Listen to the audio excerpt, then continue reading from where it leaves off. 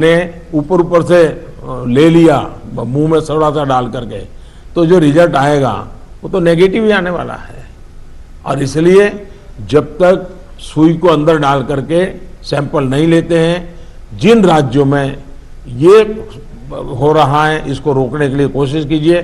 भले positive case बढ़े, चिंता मत कीजिए, लेकिन पॉजिटिव केस होगा तो ट्रीटमेंट होगा, लेकिन वो नहीं होगा तो घर में फैलाता रहेगा, पूरे परिवार को, पूरे मोहल्ले को, पूरे टेनामेंट को, सबको लपेट लेगा।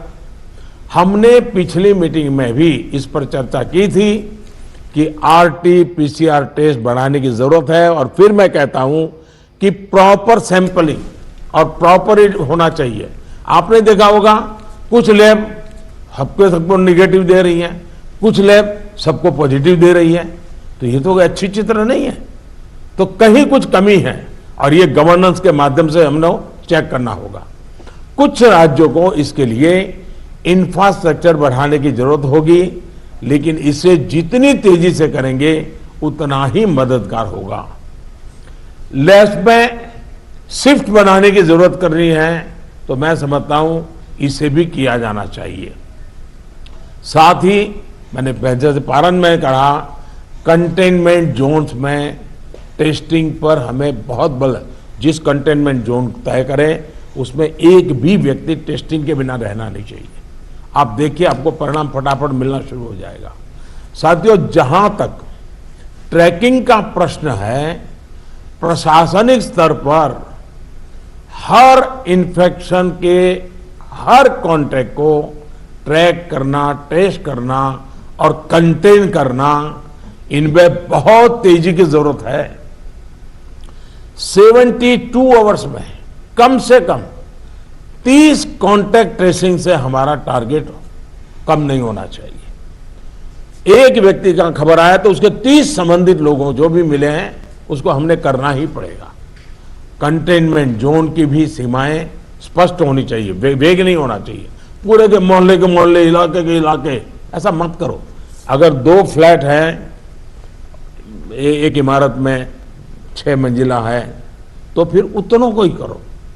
बगल का टावर है उसको बाद में देखो। अदरवाइज क्या होगा कि हम सब के सब सरल मार्ग यही है कि मेहनत कम पड़ती है, ये कर दो, उस दिशा में मत जाइए।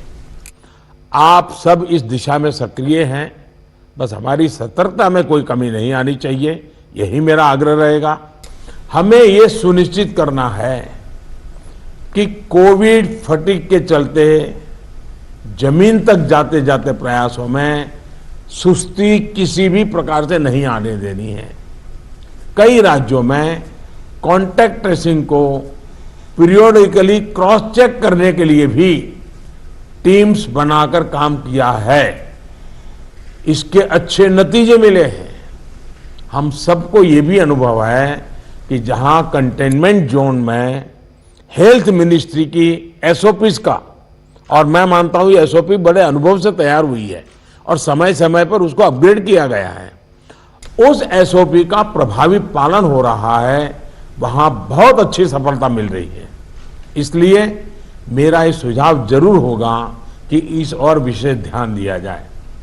साथियों, हमने चर्चाओं के दौरान अभी मोर्टालिटी रेट पर चिंता जताई है, ये कम से कम रहे, इन पर भी हमें बहुत जोर देना है।